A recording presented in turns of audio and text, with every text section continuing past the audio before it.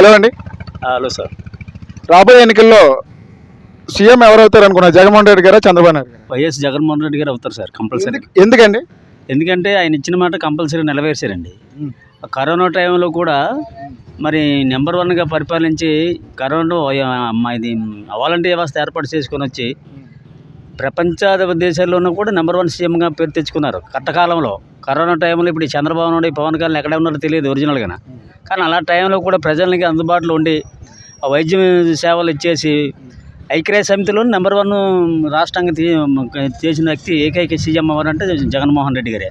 అలాగే జగన్ గారు మేనిఫెస్టోలో చెప్పినవన్నీ మీరు నమ్ముతారా? చంద్రబాబు నాయుడు గారు చెప్పిన మేనిఫెస్టోలో మీరు నమ్ముతారా?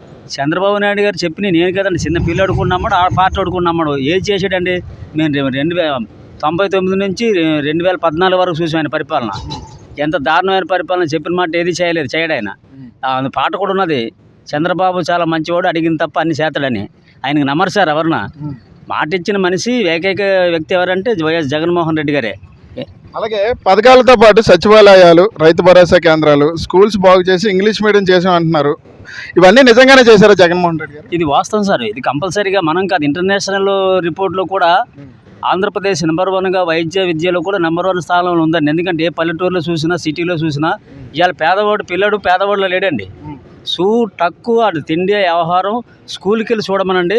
స్కూల్ ఇవాళ ఆనాడు స్కూల్లో ఈనాడు స్కూల్. ఎందుకంటే కుప్పంలో కూడా మా సీఎం గారే సీఎం జగన్మోహన్ రెడ్డి గారు ఆ స్కూల్ బాగు చేయించారు కుప్పం నియోజకవర్గంలో కూడా కంపల్సరీ. అలాగే టీడీపీ కూటమి మేనిఫెస్టో బీజేపీ మాకు సంబంధం లేదంటుంది. ఎందుకంటుంది అలాగా? ఎందుకంటుందండి, ముందు చంద్రబాబు నాయుడు దెబ్బేసాడు కదండి నరేంద్ర మోడీ గారికి, బ్రహ్మాండం దెబ్బేసాడు. కాబట్టి ఎలా నమ్ముతాడు ఆయన? ఉండలేకేదో ఫ్రెండ్ అంటున్నాడు కానీ తప్ప అది ఖచ్చితంగా నమ్మరు. అలా పవన్ కళ్యాణ్ గారు పాపం బలైపోయాడు ఆయన. ఆ బలైపోవడం వల్ల ఇదైపోయింది. ఆయన ఏది ఏమైనా సరే వాళ్ళ నమ్మకం ఉండదు. ముగ్గురు మూడు మార్గాలు పోతారు, మూడు దారులు అయిపోతారండి. సింహం సింగిల్గా వస్తుంది, వైఎస్ఆర్ జై వైఎస్ఆర్ వస్తుంది. చంద్రబాబు పవన్ కళ్యాణ్ 100 హామీలు ఇచ్చారు కదా, ప్రజలు దీన్ని నమ్ముతారా? ఎలా నమ్ముతారు సార్? ఒక్కడు కూడా నమ్మరండి. ఎలా నమ్ముతారు? చెప్పింది ఇప్పుడు ఆల్రెడీగా ఆకలేసుడు అన్నం పెడుతున్నాడు జగన్మోహన్ రెడ్డి గారు. ఎప్పుడో మళ్ళీ వచ్చి నేను వస్తే అన్నం పరాన్నం పెడతానంటే ఎలా నమ్ముతారు ప్రజలు? నమ్మే స్థితిలో ఇప్పుడు లేరు. అంతే సిస్టమ్ మారింది ఇప్పుడు. అప్పుడు 2000 నాటికైనా ఇప్పటికీ కంప్యూటర్ యుగం ఇదంతా.